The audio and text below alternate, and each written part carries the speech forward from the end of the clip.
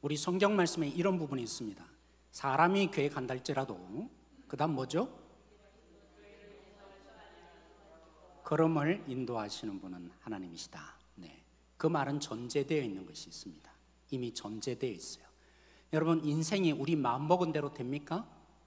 내가 계획한 대로 다 이루어집니까? 그렇지 못하죠. 만나교회 김병삼 목사님이 간증에 비슷한 얘기를 이렇게 표현하셨어요. 내가 원하는 자리에 없었기 때문에, 다시 표현할게요. 내가 원하는 자리가 있는데 그 자리에 없었기 때문에 내 인생은 실패작이다 라고 생각할 때가 있었다는 겁니다. 내 인생은 실패네, 내가 원하는 자리에 없으니까요. 내게 만족이 늘 없었습니다. 만족할 수 없는 존재, 불만족이 늘 있는 존재로 살아왔다. 그러면서 딸 얘기를 해주셨어요. 여러분, 태어날 때 딸은 정상 아이였습니다. 근데 고열이 나서 병원에 가서 약을 먹고 부작용으로 결국 장애를 지금까지도 있는데, 그래서 목사님이 가끔 설교하면 이렇게 댓글을 단다는 거예요. 그 댓글의 내용이 주님 저 낫게 해주세요, 깨끗하게 해주세요. 설교하면서 이게 종종 보인다는 거죠. 얼마나 아버지로서 마음이 아플까요?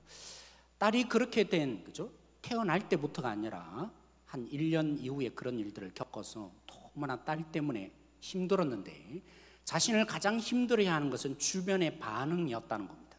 어떤 반응을 보였냐면, 이런 딸을 데리고 어떻게 목회할 거냐. 그것도 가장 친한 사이에 있는 사람이 뭐라고 했다고요? 목사님, 그런 딸을 두고 어떻게 목회하실래요? 그래서 너무 마음에 공동체가 날 받아줄 수 없는 거구나. 한국에서는 내가 이 장애인을 가진 딸을 데리고 살 수 없는 거구나. 그래서 유학을 결심하고 한국 땅을 떠나게 된 계기가 있다라고 했습니다. 여러분 삶에도 돌이켜보면 많은 어려움과 문제라고 여겼던 것은 내가 생각하고 내가 원하고 내가 계획한 대로 안 됐기 때문이 아니겠어요, 그죠?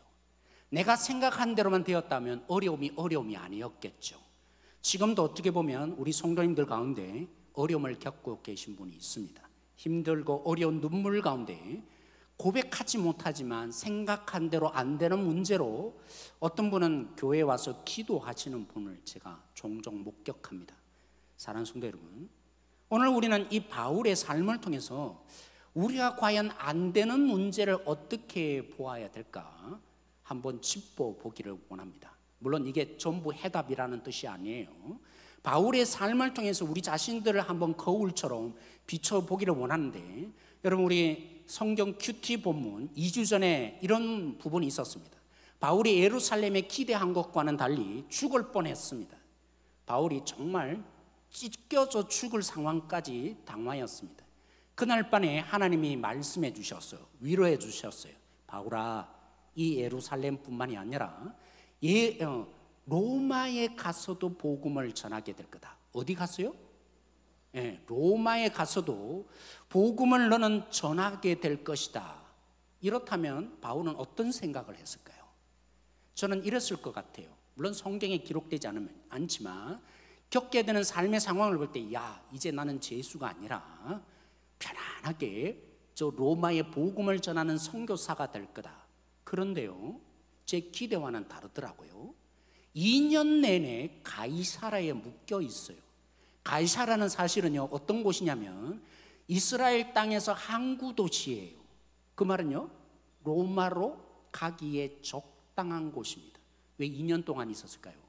그 바울이 그냥 있었던 게 아닙니다. 2년 동안 지체된 것 같은데 그 바울이 감옥에 있어요. 어떻게 된 겁니까? 바울이 어떻게 해서 로마로 복음을 전하리라는 하나님의 약속과는 달리 이 감옥 속에 갇혀 있는 것입니까? 그것도 하루속히 가야 할 것 같은데 2년이라는 허송세월과 같은 억울함 속에, 제가 억울하다고 표현했는데, 총독 벨릭스가 사실은 감옥에 가두어뒀어요. 이유는 뭡니까? 탐욕 때문에. 바울을 보니까 돈이 있을 것 같았어요. 부유해 보였어요. 그래서 계속 감옥에 가두면 돈을 줄 것 같거든요.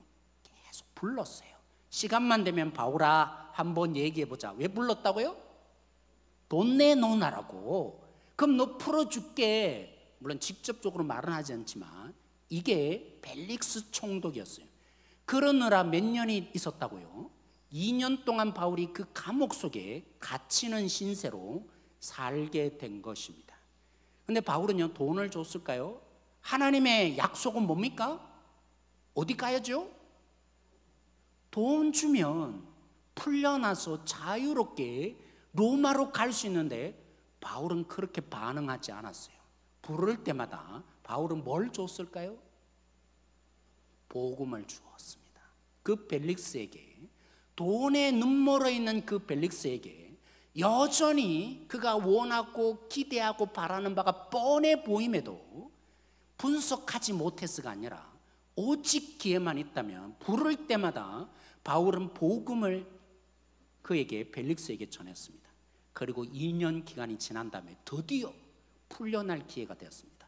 왜냐하면 돈에 눈멀었던 탐심에 있는 벨릭스가 이제 총독의 자리를 내려놓고 새로운 총독 베스도가 그 자리를 차지하게 된 겁니다. 로마에 파송되어서 바울을 이렇게 신문해 보니까 죄가 없었어요. 종교적인 문제는 있을지 모르지만 로마를 그저 이렇게 반역하거나 어떤 정치적인 제약이 하나도 없었어요. 뻔해 보였어요.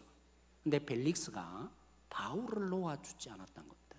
그 벨릭스가 먼저 예루살렘, 그죠? 이스라엘을 통치하라고 보냈으니까 이 가이사랴에서 예루살렘에 와봤어요. 그 예루살렘에 와보니까 이 종교 지도자들이 요구를 하는 거예요. 바울을 예루살렘 보내주세요. 거기서 신문 받게 해주세요. 이유는 뭘까요? 그전에도 그랬는데 매복해 있다가 바울을 죽이기 위해서입니다. 처음에는 거부했습니다. 아니다, 내가 있는 가이사랴에 와서 신문 받는 것이 마땅하다고 하는 벨릭스였습니다. 예루살렘을 충분히 돌아보고 이스라엘 백성들의 마음을 안 벨릭스가, 베스도가 가이사랴에 돌아오자마자 마음이 바뀌었어요. 그래서 표현합니다. 벨릭스가 왜 바울을 놓아주지 않았을까? 그의 관심은 사람들로부터 인정받는 거예요. 한편은 이해됩니다. 신임 총독이잖아요. 이 이스라엘을 잘 통치해야 되는데 여러 불만들이 안 그래도 있는데 자기가 잘 다스리기 위해서는 백성들의 인기가 중요해요. 그래서 베스도의 마음을 사로잡고 있는 것은 뭐였다고요? 사람들의 인정, 인기였던 것입니다. 그 이전에 벨릭스는 왜 바울을 놓아주지 않은 것입니까? 탐심이 그의 주된 동기였습니다. 돈 어떻게 하면 얻을까? 근데 베스도이면 놓아줄 것 같은데 또 안 놓아줘요. 억울하죠. 바울은 아니, 인기 때문에, 유대인들 생각 때문에 날 놓아주지 않는구나. 여기에 바울이 자기가 로마 시민권자임을 강력하게 주장합니다. 만약 예루살렘에 가면 개죽음을 당하거든요. 그래서 바울이 난 로마 시민권자입니다. 로마 시민권자의 가장 큰 특징은요, 그냥 변호사 없이 신문을 받지 않습니다. 로마 시민권자는 매맞지 않아요. 매질할 수 없어요. 그리고 가장 중요한 거, 가이사 앞에, 가이사가 누구죠? 로마 황제 앞에서 자기를 그저 변호할 수 있는 권리. 바울이 왜 그렇게 했을까요? 바울이 이 가이사랴에 있는 것이 허접해서 그럴까요? 억울해서가 아닙니다. 하나님의 약속을 생각한 것입니다. 무슨 약속이요? 만약 예루살렘에 간다면 자기는 복음을 전하지도 못하고 죽을 것이 뻔했던 것입니다. 그래서 바울이 로마 시민권을 주장하면서 하나님의 그 약속을 따라서 오늘 이 베스도에게 내가 로마로 가야겠습니다. 억울해서가 아니라 하나님의 말씀과 그 약속을 붙잡는 하나님의 방식대로, 복음의 방식대로 반응하는 바울이었습니다. 앞으로도 마찬가지였죠. 돈 주면 쉽게 풀려나서 자유롭게 로마로 갈 수 있는데, 근데 바울은요 2년 내내 붙잡고 있었던 것은 하나님의 방식, 복음의 방식이었습니다. 지금도 마찬가지입니다. 베스도 앞에 로마 시민권을 얘기한 것은 바울이 억울해서가 아닙니다.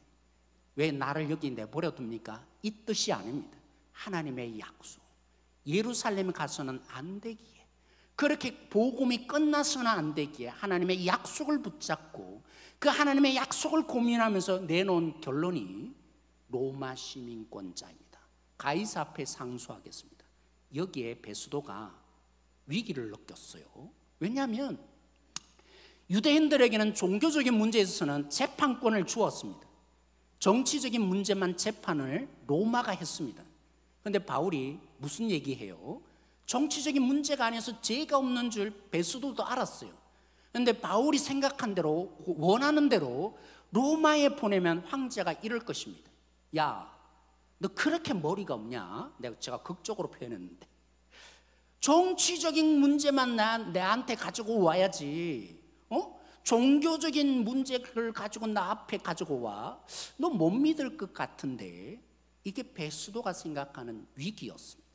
그런데 하필이면 그때 2년 이후 지난 바울이 감옥에 있은 그때에, 신임 총독이 바뀐 그때 베스도가 신임 총독이 된 것을 축하하기 위해서 아그리빠 왕이 찾아왔습니다. 베스도가 와, 잘됐다. 유대인의 풍습을 너무 잘 아는 아그리빠에게 한번 얘기해보라고 해야 됐다. 그리고 어떻게 상소문을 보내야만 오늘 바울이 이 가이사 앞에 섰을 때 가이사가 와, 잘했네, 그래 한번 판결해보자, 이렇게 할 수 있는가? 근데 아그리빠 왕이 바울을 대면했을 때 오늘 바울이 무슨 얘기를 했을까요? 똑같습니다. 벨릭스든 베스도든 아그리빠든 바울이 어떻게 예수님을 만났고 그가 무엇 때문에 복음을 전했으며 그 복음이 무엇인지를 바울이 선포했다고요. 그래서 저는 여러분이 영상에 그저 토요일 날 보신 분들은 알겠지만 제가 이렇게 표현하고 싶어요. 여러분 예전에 유명했던 기생충의 유명한 그죠? 대사가 있습니다. 뭐죠? 기생충의 유명한 대사가 있는데 저는 이 사건이 그렇게 보여요. 벨릭스, 베스도, 아그리빠 2년 내내 그 감옥에 있었던 사건.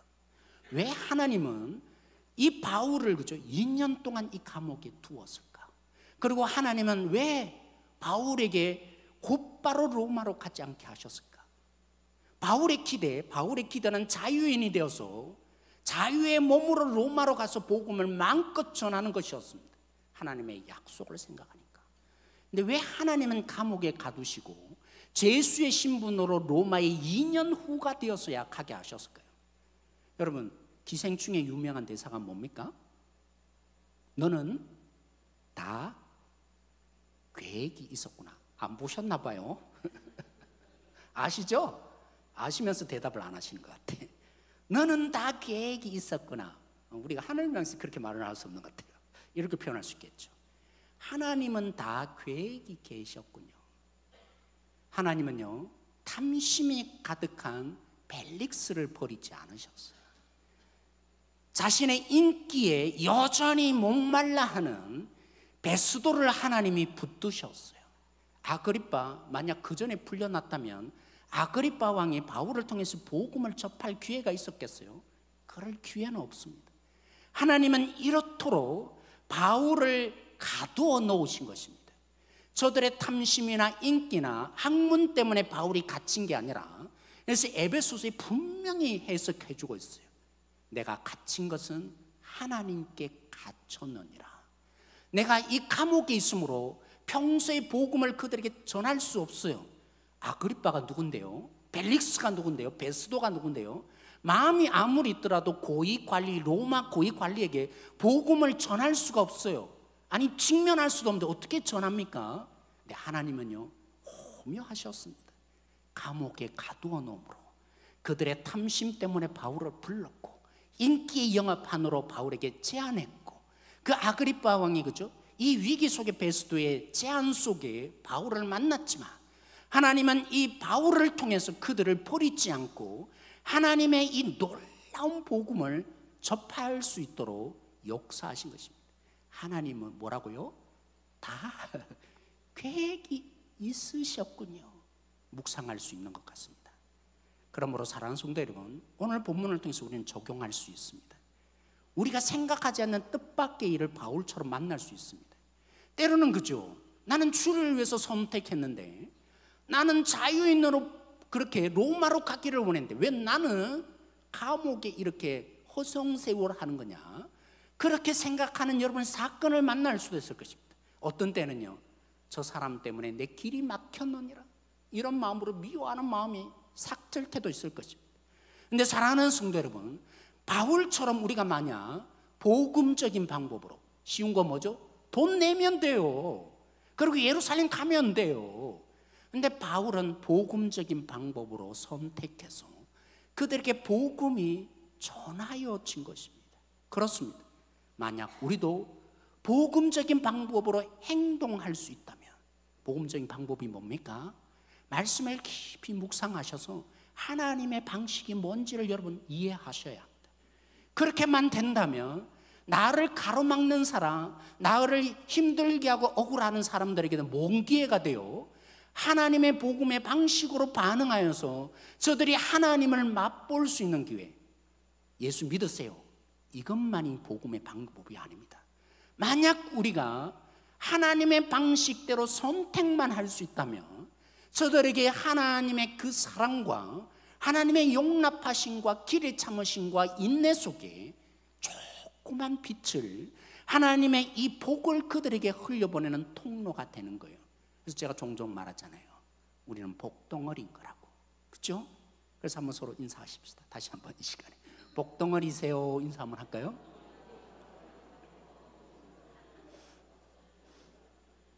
복덩어리 맞으세요? 네. 우리가 만약 세상 방식대로 날 때렸어, 가만 안 내버려 둘 거야. 그봐, 그렇게 날 괴롭히더니 이런 꼴 나는 거야. 이건 세상적인 방식이죠. 하나님의 방식대로 여러분들이 복음의 방식대로 반응할 수 있다면 순간순간이 복음이 전하여지는 기회, 그들이 복받는 기회, 하나님을 만남에 질문이 일어나게 만드는 일이 일어나게 될 것입니다. 사랑하는 성도 여러분, 그런데 말입니다, 오늘 이 바울이 한번 읽어보기를 원하는데 우리 사도행전 26장 18절 말씀 같이 한번 읽어보겠습니다. 사도행전 26장 18절 말씀 같이 읽을까요? 시작. 그 눈을 뜨게 하여 어둠에서 빛으로, 사탄의 권세에서 하나님께로 돌아오게 하고, 죄 사함과 나를 믿어 거룩하게 된 무리 가운데서 기업을 얻게 하리라 하더이다. 바울이 복음을 요약해서 말하고 있습니다. 내가 왜 베스도에게, 벨릭스에게, 아그리빠에게 하나님이 날 이곳에 보냈냐, 이 복음이 뭔가 오늘 설명해 주는데, 여러분 내 계획대로 안 되면 나를 가로막는 사람들에게도 왜 우리는 복덩어리 됩니까? 왜 저들에게 복을 전해줄 수 있습니까? 오늘 복음을 말해주고 있어요. 복음은 어둠에서 빛으로 인도한다고 말입니다. 믿으세요? 복음은 우리의 어둠에서 빛으로 인도하는 능력이 있습니다. 여러분 요즘에는 뭐 보이스피싱 저리 가라는 거 아시잖아요. 뭐 전화해서 엄마 살려주세요 뭐 이런 정도로 이제 안 속으니까 아예 그죠? 사진을 캡처해요. 여러분의 얼굴 사진을 또 돌아다니잖아요. 그래서 여러분들이 막 뭐 페이스북에도 올리고 막 그런 사진을 캡처해요. 그리고는 영상으로 만들어요.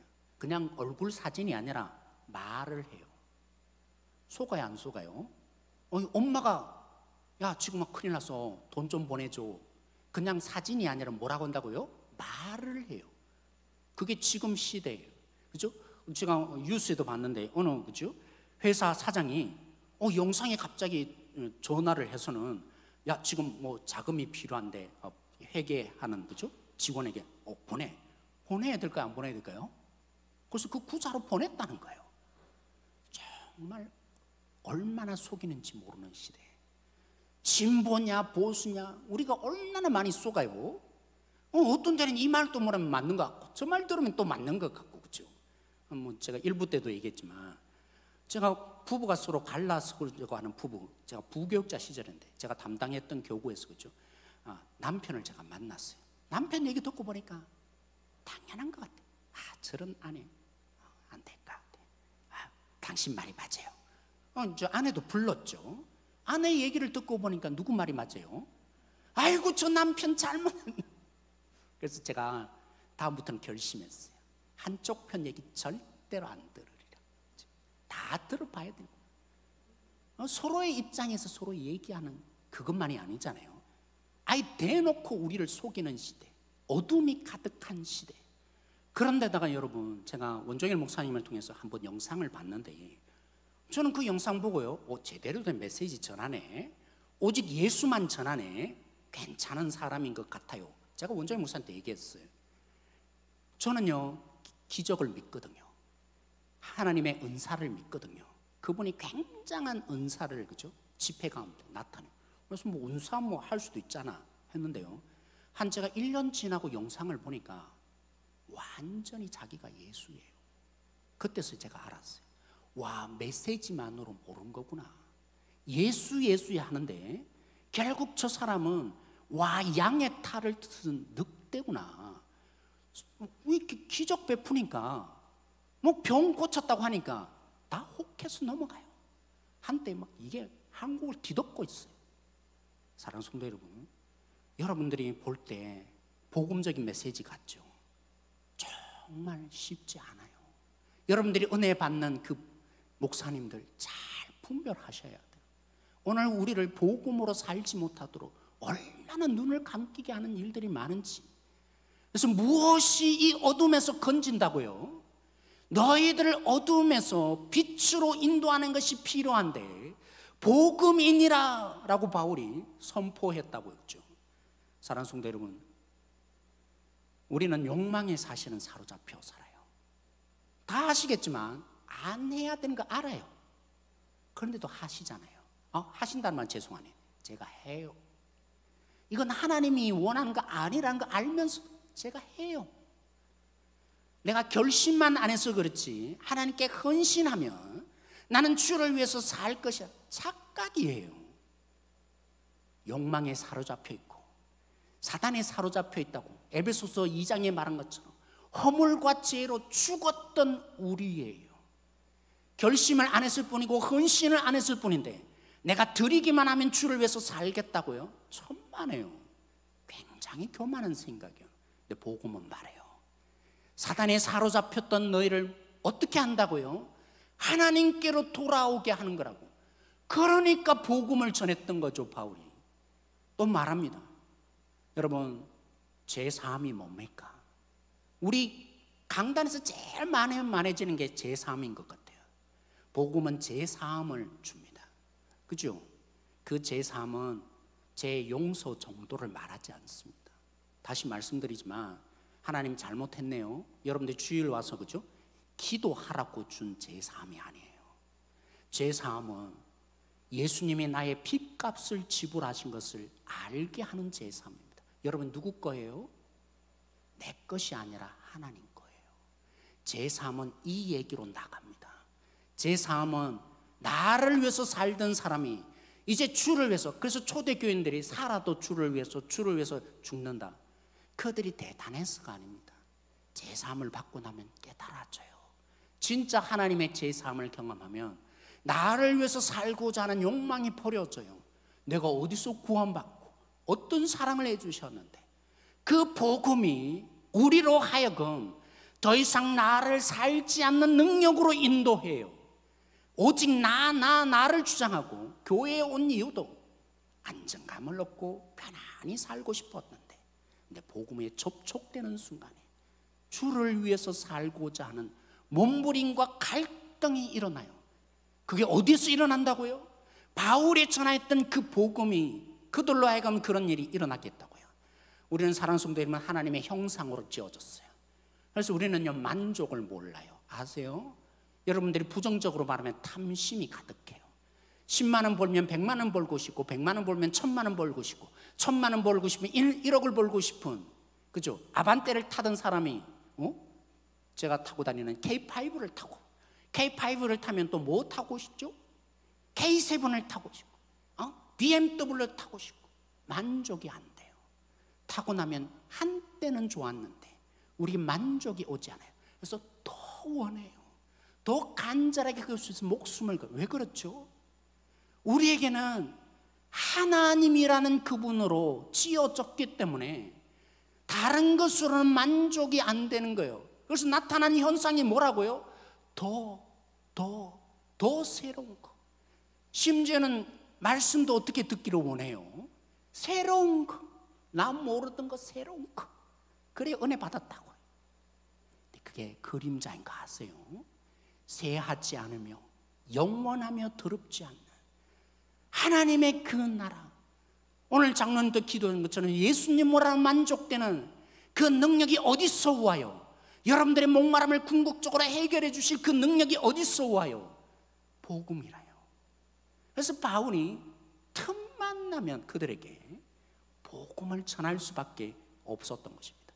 여기 한 가지 질문이 일어납니다. 이게 복음의 능력이며 이것만한 거 없는데 하나님께서 벨릭스와 베스도와 그 아그리파 왕과 그의 동료들에게 복음의 기회를 주려고 바울을 이 감옥에 가뒀는데 바울은 여기 속에 억울해야 하지 않고 자신을 내어놓는 헌신을 했는데 왜 그들은 복음을 받아들이지 않을까요? 왜 그들은 이 복음의 능력을 하찮게 여겼을까요? 왜 다른 것에 여전히 눈길이 가 있을까요? 복음을 아무것도 아닌 것처럼 그들은 생각할까요? 왜 또 복음이냐고 지겹게 여길까요? 힌트가 하나 있어요. 아그리파 왕에게 간증한 내용 속에 바울의 내용을 우리 한번 보기를 원한데요. 사도행전 26장 6절에서 7절 말씀입니다. 우리 같이 한번 읽어보도록 하겠습니다. 사도행전 26장 6절에서 7절 말씀 같이 읽겠습니다. 시작. 이제는 여기 서서 심문 받는 것은 하나님이 우리 조상에게 약속하신 것을 바라는 까닭이니 이 약속은 우리 12지파가 밤낮으로 간절히 하나님을 받들어 섬김으로 얻기를 바라는 바인데 아그리빠 왕이여 이 소망으로 말미암아 내가 유대인들에게 고소를 당하는 것이니이다. 아그리파 왕에게 자기가 유대인들에게 왜 핍박을 받았다고요? 복음 속에 있는 그 소망, 하나님의 약속을 전했는데 유대인은 그거 원하지 않아요. 지금 이 어려움 속에 로마의 억압 속에 수백 년 동안 그죠? 식민지 생활하며 복음이 뭐야? 하나님의 약속은 이건 거야. 강력한 힘을 가진, 그래서 이 로마로부터 구출할 정치적인 생명을 가진 그 메시아가 필요한 건데 바울은 뭐라고 합니까? 죽었대요.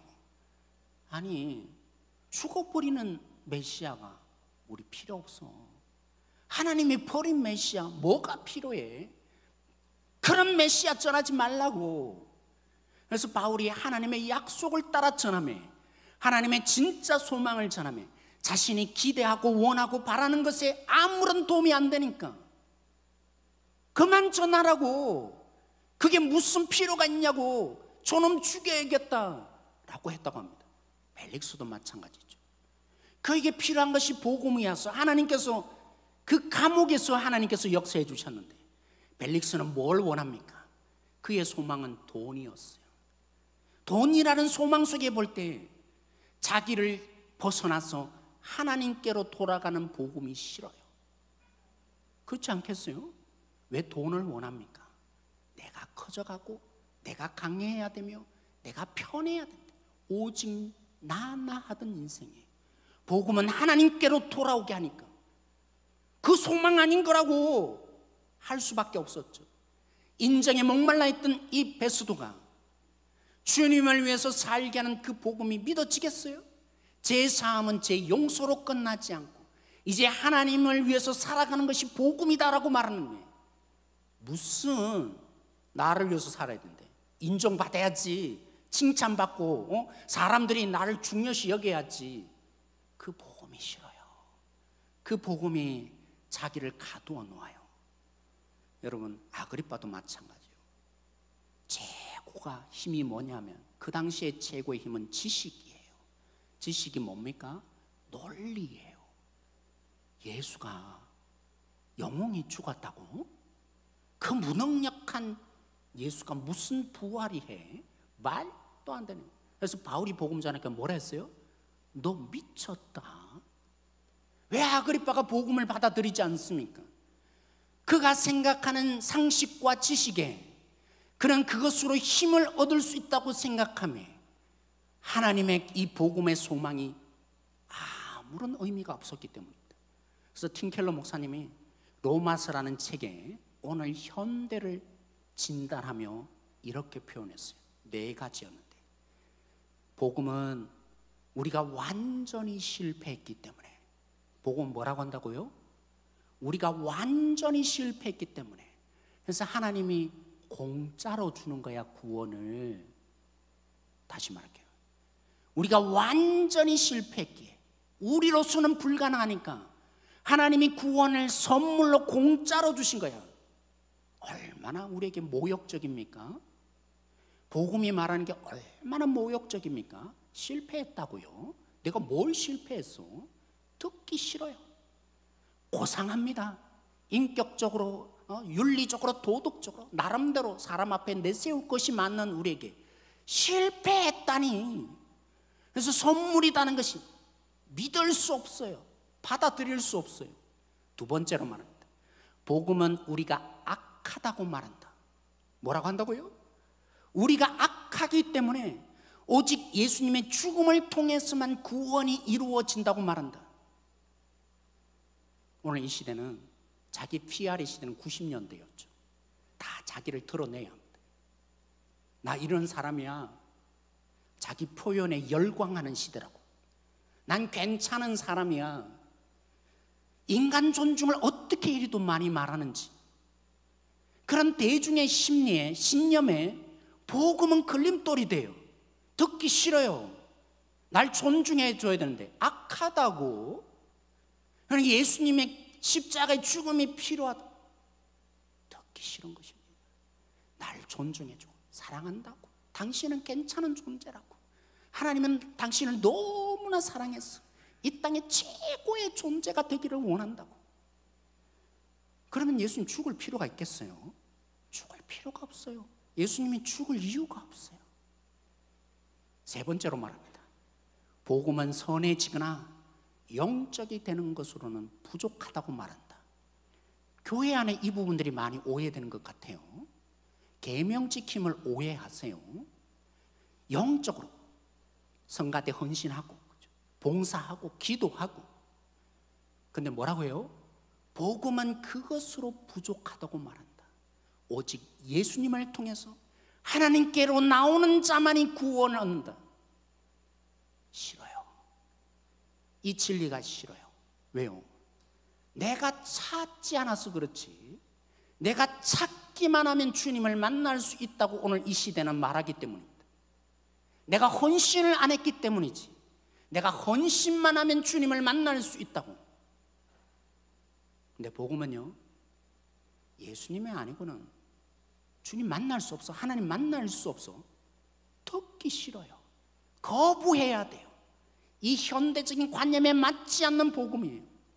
그래서 우리는 자유를 추구해요. 그죠? 뭐 AI 더더욱 확대되었어. 저절로 이루어지고 저절로 되어지는. 그리고 나도 묶이는 게 싫어요. 뭐 꼰대로부터 시작해서, 그죠? 뭐라고 하면 내가 마음껏 할 수 있는데, 이 자유를 추구하는 시대의 복음은 너무나 어려워요. 마지막으로 팀켈러 목사님 말합니다. 복음은 능력과 정복이 아니다. 복음은 예수님의 고난과 섬김을 통해서 구원이 온다고 말한다. 그런 복음을 믿는 우리도 예수님과 함께 고난받고 섬겨야 한다고 말한다. 제가 두 번째 거 강조할게요. 오늘 이 시대는 오직 행복만을 추구하니까요. 복음은요, 예수님이 죽었다고만 하지 않아요. 여러분을 위해서 십자가에 죽고 고난당하며 섬겼다고만 하지 않아요. 그 복음은 우리로 하여금 나를 부인하며 섬기도록 만드는 복음이에요. 근데 우리는 어떻게 하고 싶죠? 편안하게 살고 싶어요. 안전하게 살고 싶어요. 편안과 안전이 잘못된 가치는 아닙니다. 근데 복음과 반대 방향의 편안함과 안정은 여러분을 복음으로 받아들이지 못하게 만드는 거 아세요? 예수님 왜 믿으세요? 내가 기도해서 그 내가 할 수 없는 초월적인 능력이 내 안에 왔어.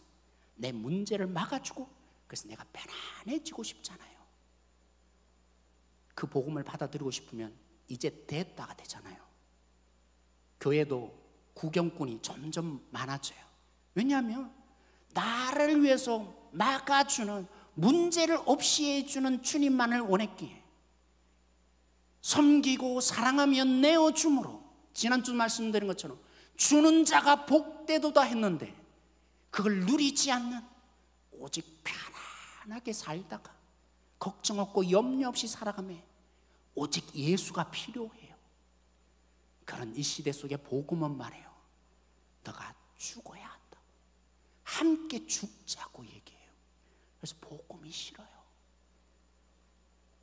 사랑하는 성도 여러분, 그런 이 시대 속에 여전히 복음이 해답이에요. 우리가 복음을 부끄러워하지 않는 이유를 바울이 설명해요. 그래서 우리 로마서 1장 16절 말씀 같이 읽겠습니다. 로마서 1장 16절 말씀입니다. 같이 읽겠습니다. 시작.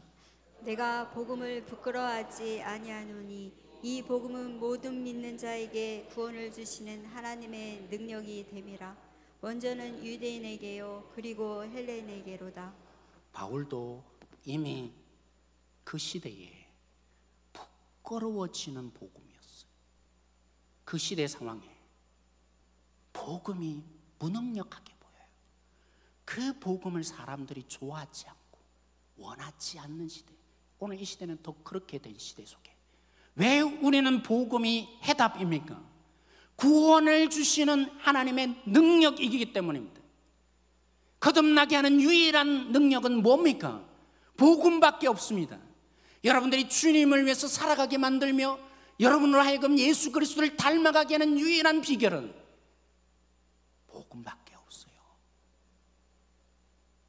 하나님의 능력이 여기에 있기 때문입니다.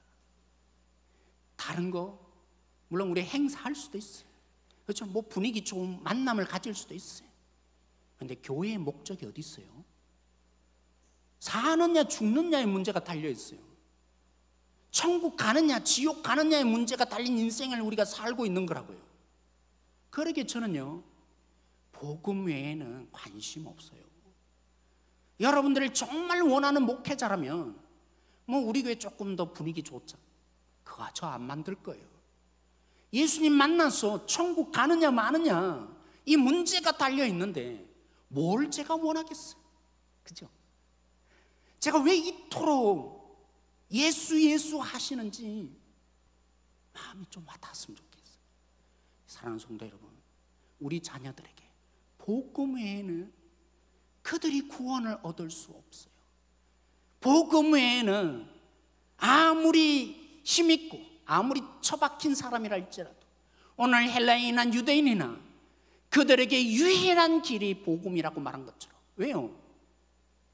구원하는 유일한 하나님의 능력이기 때문에 바울이 그래서 부끄럽지 않대요. 제가 마지막 이 얘기로 마무리하려고 합니다. 틴켈러 목사님이 예화로 든 건데요, 5세기 주교였던 테오도레트라는 주교가 있습니다. 복음을 이렇게 비유했어요. 복음은 후추와 같다. 복음이 뭐와 같다고요? 후추. 네. 여러분들 후추 열매 보셨어요? 다 이제 갈아놓고 그저 하니까 후추 열매가 어떻게 잘 모르겠지만, 후추가 겉으로 보기에는 너무 차갑지만 이로 아싹아싹 무는 순간에 치아에 불이 붙는 것과 같을 것이다. 복음도 이와 같다. 복음을 인격적으로 만나기 전에는 다른 거 필요해요. 지겨워요. 다 알고 있어요. 정말 예수님 만나면요 예수님이 지겹지 않아요. 진짜 복음을 인격적으로 만나면 틀어도 내 치아에 불이 붙는 것 같은 그와 똑같다고. 복음을 진짜 인격적으로 만나는 성도들이 되었으면 좋겠어요. 복음은 구원을 주시는 능력이기 때문입니다. 내 삶 전체를 통째로 바꾸는 능력, 우리 성도들이 늘 고민하시잖아요. 주일 와서 기도한 것과 말씀 듣는 것과 일주일의 삶이 다름에 죄책감이 얼마나 많으세요. 여러분들의 해결점은 다른 데 있지 않아요. 예수님을 인격적으로 만나셔야 돼요. 그럴 때 그 예수님을 심는 순간에 내가 할 수 없었다, 주님의 모습으로 불타는, 내 심령에 예수의 그 사랑으로 불타는 일이 일어나게 될 것입니다. 믿으시기 바랍니다.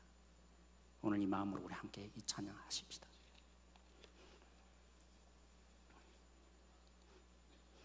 우리 함께 433장 찬양하겠습니다.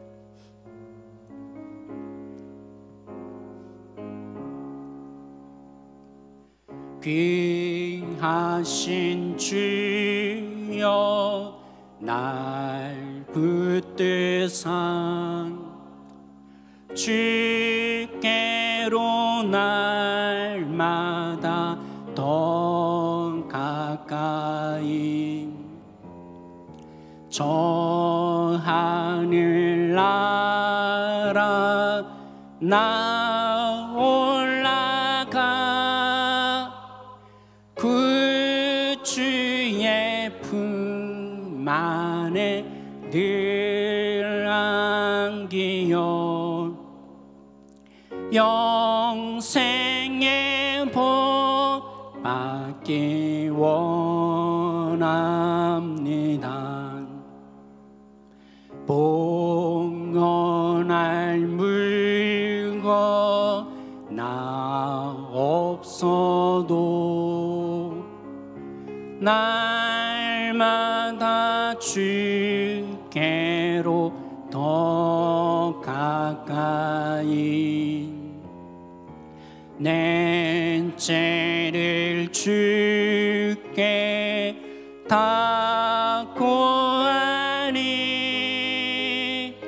주님의 보혈로 날 씻으사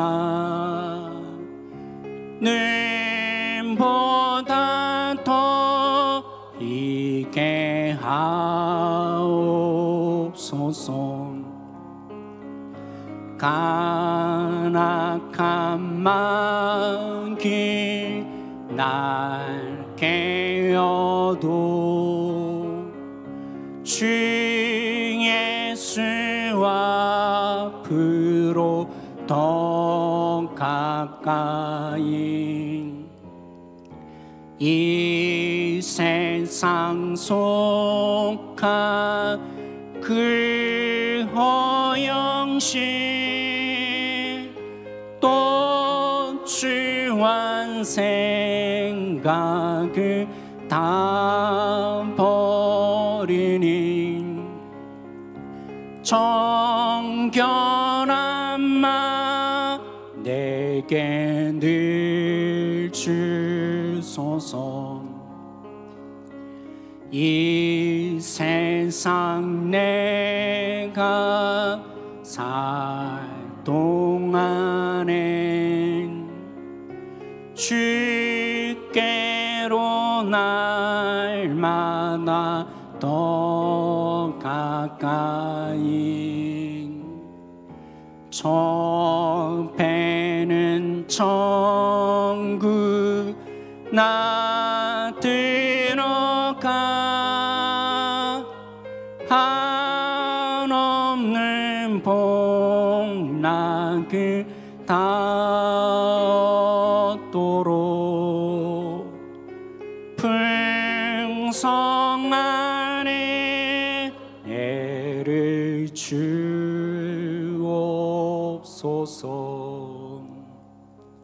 오늘 전한 말씀을 가지고 우리 함께 기도하십시다. 복음 앞에서 내가 바뀌어야 될 영역을 놓고 기도하십시다.